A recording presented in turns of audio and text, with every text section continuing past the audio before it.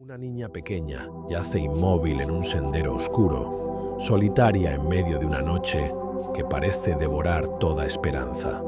Su nombre es Asunta Basterra y su vida acaba de truncarse de manera misteriosa y brutal. La oscuridad que la rodea es más que ausencia de luz, es un abismo de preguntas sin respuesta. ¿Cómo es posible que en el corazón de Santiago de Compostela, en una luminosa tarde de septiembre, una tragedia tan oscura e inexplicable pudiera ocurrir? Huellas que se desvanecen en la niebla, secretos enterrados bajo las voces murmurantes de quienes la conocieron. El país despierta turbado y el eco de su nombre resonará como un enigma inquietante en la conciencia colectiva, pero las respuestas son más inquietantes de lo que cualquiera podría haber imaginado. ¿Qué fuerza invisible puede desintegrar de esta manera la delicada trama de una joven vida? El 21 de septiembre de 2013, Galicia amaneció con la noticia de un crimen que conmocionó a la opinión pública. En una tranquila pista forestal en Teo, cerca de Santiago de Compostela, fue hallado el cuerpo sin vida de Asunta Basterra Porto, una niña de 12 años.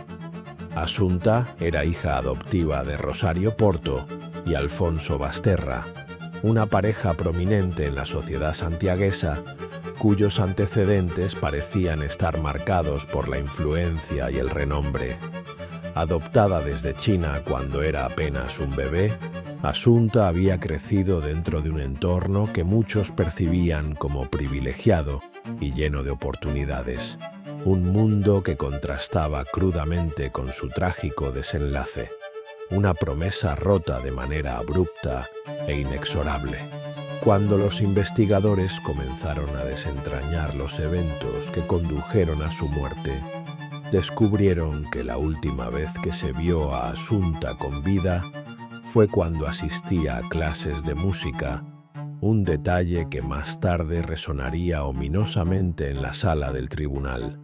A partir de ahí, lo que inicialmente parecía un caso claro de desaparición, se transformó en un rompecabezas de preguntas sin respuesta, con cada pieza exponiendo la complejidad de las relaciones interpersonales en juego. Pronto, las miradas se dirigieron con sospecha hacia sus propios padres. Rosario Porto, conocida abogada, y Alfonso Basterra, periodista, ambos se encontraron bajo el escrutinio intenso de la investigación. Lo que parecía una familia perfecta comenzaba a mostrar grietas profundas, una fachada de éxito que ocultaba tensiones familiares, secretos oscuros y aparentes normalidades que pronto se verían desvanecidas con los primeros rayos del escrutinio policial y mediático. En un contexto social donde el miedo crecía debido al incremento de noticias sobre agresiones a menores, el caso de Asunta resaltó no solo las vulnerabilidades dentro del seno familiar, sino también las fallas del sistema en proteger a los más inocentes. Preocupaciones sobre la seguridad de los niños y las crecientes críticas hacia la falta de medidas efectivas de protección se intensificaron.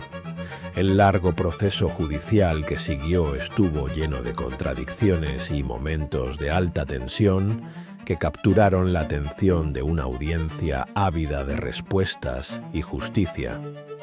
Las familias en toda España debatían sobre la naturaleza del vínculo que une a padres e hijos, cuestionándose si conocía realmente a las personas más cercanas. Este caso no solo desafió la confianza de la sociedad en sus propias estructuras familiares, sino que también extendió la sombra de la duda sobre la seguridad que éstas prometen. En medio de este ambiente de inseguridad creciente, la historia de Asunta emergió como una señal de advertencia sobre lo que ocurre cuando los lazos familiares se convierten en cadenas y en sus corazones la espina del ¿podía haberse evitado? Sigue latiendo. La investigación en torno al caso de Asunta Basterra tomó un giro inesperado desde el principio. Apenas unas horas después de su misteriosa desaparición, las autoridades encontraron inconsistencias en las declaraciones de sus padres, Rosario Porto y Alfonso Basterra. Detalles aparentemente insignificantes de sus relatos sobre las últimas horas de vida de Asunta no coincidían, encendiendo las alarmas de los investigadores desde aquel primer instante. La desaparición de Asunta fue reportada la noche del 21 de septiembre de 2013. La niña, de apenas 12 años, no había regresado a casa tras asistir a sus clases de música. Sus amigos y profesores recordaban con afecto a una niña vivaz y talentosa, dejando tras de sí una estela de promesa completamente derrumbada por aquel suceso fatídico. El choque de tal desenlace tan atroz llevó a los investigadores a mirar más allá de las apariencias con las que la familia pretendía rodearse. La policía comenzó a explorar el entorno familiar, donde rápidamente surgió un inquietante cuadro de visitas al hospital inexplicables. Asunta había sido llevada al hospital en varias ocasiones, quejándose de mareos y somnolencia, pese a que no se había identificado ninguna causa médica clara que lo justificara. Estos síntomas ahora se vinculaban con inquietante lógica al hallazgo siniestro durante la autopsia de la niña: la presencia de un sedante en su organismo en dosis inusualmente altas. Este descubrimiento fue un punto de inflexión que dirigió la mirada aún más intensamente hacia sus padres, quienes tenían acceso a medicamentos de tal naturaleza debido a sus respectivas profesiones. Con esto en mente, las autoridades comenzaron a trazar un marco teórico donde los puntos empezaban a alinearse en un patrón turbio y alarmante. Se consideró la posibilidad de que Asunta hubiera estado siendo sometida a un lento envenenamiento mediante pequeñas dosis suministradas a lo largo del tiempo, lo que otorgó a las investigaciones un cariz aún más siniestro. Pruebas adicionales surgieron cuando la búsqueda llevó a la inspección minuciosa de la escena del crimen y del coche familiar, comenzando a formar un argumento sólido para los fiscales a cargo. Dentro de este escenario, el país entero seguía con atención morbosa cada revelación adicional que escapaba de los límites del tribunal al gran foro público. La atención especialmente recayó sobre las grabaciones de cámaras de seguridad. En las imágenes, Rosario Porto aparece trasladando a su hija aquella fatídica tarde, pero la falta de tomas que cubrieran el momento exacto del presunto crimen mantenía la incertidumbre y el margen de duda razonable. A medida que las pruebas forenses avanzaban y la investigación rasgaba velos de normalidad, quedaba cada vez más claro que este rompecabezas no se resolvería sin dejar profundas incógnitas. Un hallazgo adicional que tensionó aún más el proceso fueron los análisis de los dispositivos electrónicos de la familia, intercambios de mensajes que parecían reveladores de un conflicto subyacente y un comportamiento que inicialmente podría haberse considerado meramente como una vida familiar normal, pronto se presentaron como indicios que agregaban una nueva capa de inquietud al caso. La intensidad de las comunicaciones y su periodicidad sugerían un trasfondo más complejo de lo que inicialmente se había supuesto. Todo fue mostrando un velo de complicidad que generó una pregunta incesante: ¿qué llevó a estas personas, antaño reputadas, a dar un giro tan oscuro y trágico en sus vidas? Durante el juicio, las tensiones alcanzaron un nuevo y desesperante nivel. Las presentaciones de la Fiscalía y la defensa revelaron detalles impactantes que mantuvieron a la nación pegada a sus pantallas y en vilo sobre lo que vendría después. Rosario Porto y Alfonso Basterra, quienes una vez habían sido figuras admiradas internacionalmente por la adopción de Asunta, ahora se encontraban en el centro de una tormenta mediática brutal, sus vidas desnudas ante la opinión pública. El caso contra ellos se construyó meticulosamente, cada elemento cruelmente expuesto, bajo el ojo riguroso de la justicia. Los fiscales presentaron un caso que retrataba a Rosario como una madre severa y controladora con Asunta, mientras que Alfonso parecía más reservado y menos implicado activamente en la vida diaria de la niña. La aparente polarización de los roles parentales se convirtió en uno de los ejes de la acusación, sugiriendo que la dinámica familiar había sido más problemática de lo que cualquiera había imaginado. Durante el proceso se examinaron las complejidades de la relación entre Rosario y Alfonso, sugiriendo una brecha cada vez más amplia en sus perspectivas sobre la crianza de Asunta. Esta grieta familiar podría haber contribuido a la creación de una atmósfera insostenible que culminó en una tragedia de dimensiones inimaginables.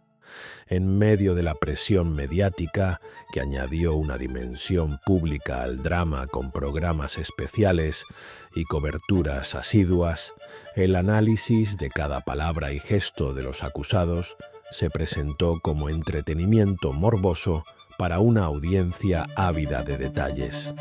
Además, el pasado familiar y personal de Rosario Porto emergió como un factor que algunos especulaban pudo haber influido en el carácter complejo y potencialmente destructivo de la saga familiar, con historias de privilegio y expectativas cruzadas. La atención se centró también en el historial académico y profesional de Rosario, buscando patrones que pudieran explicar comportamientos del presente. Detrás de todo esto se perfilaba una teoría perturbadora, que Rosario y Alfonso, posiblemente abrumados por problemas personales y la presión de mantener una fachada de perfección social, habían visto en Asunta tanto un símbolo de la familia como una carga que no podían manejar. Los mensajes de texto y correos electrónicos entre los padres desvelaron tensiones subyacentes sobre la crianza de Asunta, las expectativas no satisfechas y los problemas económicos, indicando que la supuesta armonía familiar estaba lejos de ser idílica. Este caso polarizó a la audiencia profundamente. Mientras algunos sintieron simpatía hacia el dolor visible de los padres, otros los consideraban culpables de uno de los crímenes más imperdonables posibles. La emergencia de nuevas pruebas, como las inconsistencias en los horarios y rutas de los acusados, y otros detalles que apuntaban a posibles omisiones deliberadas, intensificó el peso de la sospecha y alimentó la especulación pública. A pesar de los avances en el proceso, persistía una pizca de duda en ciertos rincones de la sociedad, donde algunos mantenían abierto un debate sobre la culpabilidad absoluta, lo que generó debates candentes tanto en las redes sociales como en los debates televisivos más formales. La cobertura del caso no solo se enmarcó dentro del ámbito judicial, sino que también trascendió a una discusión ética más amplia sobre la manera en que los medios abordan casos de alta sensibilidad. Se generó un gran debate sobre los límites del periodismo y la responsabilidad mediática al tratar temas tan sensibles. El juicio se convirtió en un campo fértil para el análisis social, explorando no solo la psicología de los padres imputados y su entorno, sino también el reflejo de una sociedad ávida de respuestas y reacciones viscerales. Una pregunta flotaba suspendida sobre la nación. Más allá de los juicios y sentencias, ¿qué revela sobre nosotros mismos el deseo de penetrar en el corazón mismo de una tragedia tan insondable? El caso de Asunta Basterra invitó a una introspección nacional sobre temas de confianza, responsabilidad parental y la percepción de normalidad en familias aparentemente ejemplares. ¿Hasta qué punto la presión social y las expectativas pueden distorsionar las dinámicas y llevar a resultados tan aberrantes como esta tragedia? Son reflexiones que siguen resonando en la conciencia colectiva. El caso de Asunta Basterra se ha convertido en un referente ominoso en la historia criminal reciente de España. Más allá del horror de los hechos, la repercusión mediática y legal del juicio han dejado huellas perceptibles en el sistema judicial y en la percepción pública sobre justicia y medios de comunicación, desencadenando una serie de cuestiones que continúan vigentes. A raíz de este caso, se han planteado serias preguntas sobre cómo se manejan mediáticamente los procesos judiciales de alto perfil. La delgada línea entre informar y prejuzgar se ha vuelto más difusa que nunca, lanzando a la palestra el complejo debate sobre la invasión a la privacidad de los involucrados. El riesgo de prejuzgar antes de un veredicto firme se incrementa con cada susurro de nueva evidencia parcial y no comprobada. Existe preocupación por el papel que los medios juegan al moldear la opinión pública en asuntos legales, con críticas enfocadas a una cobertura que a menudo eclipsa los hechos con un entretenimiento mórbido que seduce más por su intensidad emocional que por su información veraz. ¿Qué responsabilidad deben asumir los medios a la hora de cubrir una historia que acarrea tanto dolor real? La sensibilidad de los procedimientos y la privacidad de los individuos involucrados se enfrentan a una constante batalla contra la necesidad de alimentar la maquinaria de la industria informativa. Este caso también ha reavivado las discusiones sobre la seguridad infantil en España, evidenciando la falta de implementación y supervisión adecuada de políticas pretéritas que no siempre logran detectar signos de alarma en núcleos familiares problemáticos. Aunque se realizaron reformas en políticas de protección infantil después del caso, queda claro que siempre existirá un umbral incierto donde la privacidad de la familia colisiona con la necesidad de intervención preventiva.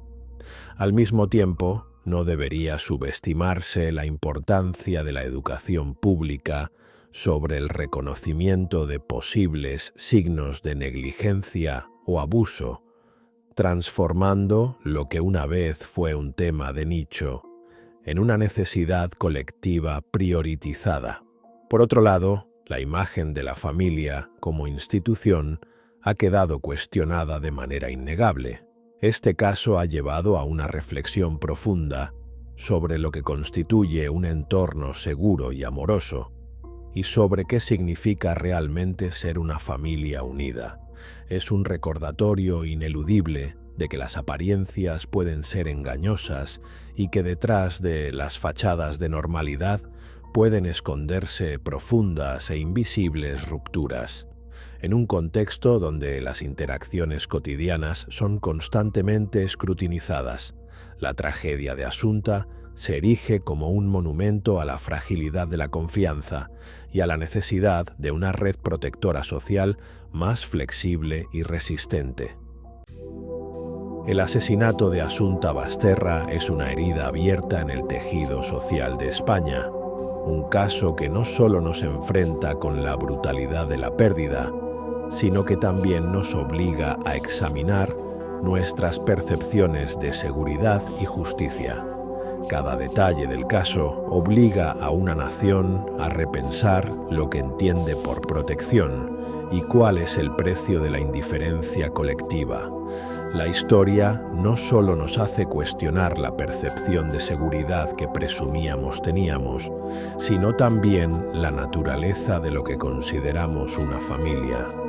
Nos enfrenta a nuestra propia vulnerabilidad como seres humanos, a la susceptibilidad ante lo inesperado y lo absolutamente inexplicable que puede irrumpir en la vida cotidiana. Con el caso de Asunta, aquellas barreras cuidadosamente construidas para separar la realidad de la cadencia tranquila de nuestra vida doméstica y los horrores levantados por la interrupción extrema de un destino tan joven y prometedor, se desmoronan. Mientras seguimos buscando sentido a través de relatos, juicios y narrativas, debemos preguntarnos, ¿qué podría haberse hecho para evitar una tragedia así? ¿Qué falla en el sistema nos impide ver estos peligros hasta que es demasiado tarde? En un mundo donde las apariencias a menudo engañan, la verdad sigue siendo la luz que desenmascara las sombras más oscuras, iluminando un camino que esperamos recorra hacia una mayor comprensión y conciencia. Comparte con nosotros tu opinión. ¿Crees que casos como el de Asunta necesitan más cobertura o un enfoque diferente? Quizá haya lecciones aún por descubrir en medio de las cenizas de esta tragedia. Suscríbete para más historias que nos confrontan con los aspectos más inquietantes de la naturaleza humana, aquellos que preferiríamos ignorar, pero que deben ser enfrentados.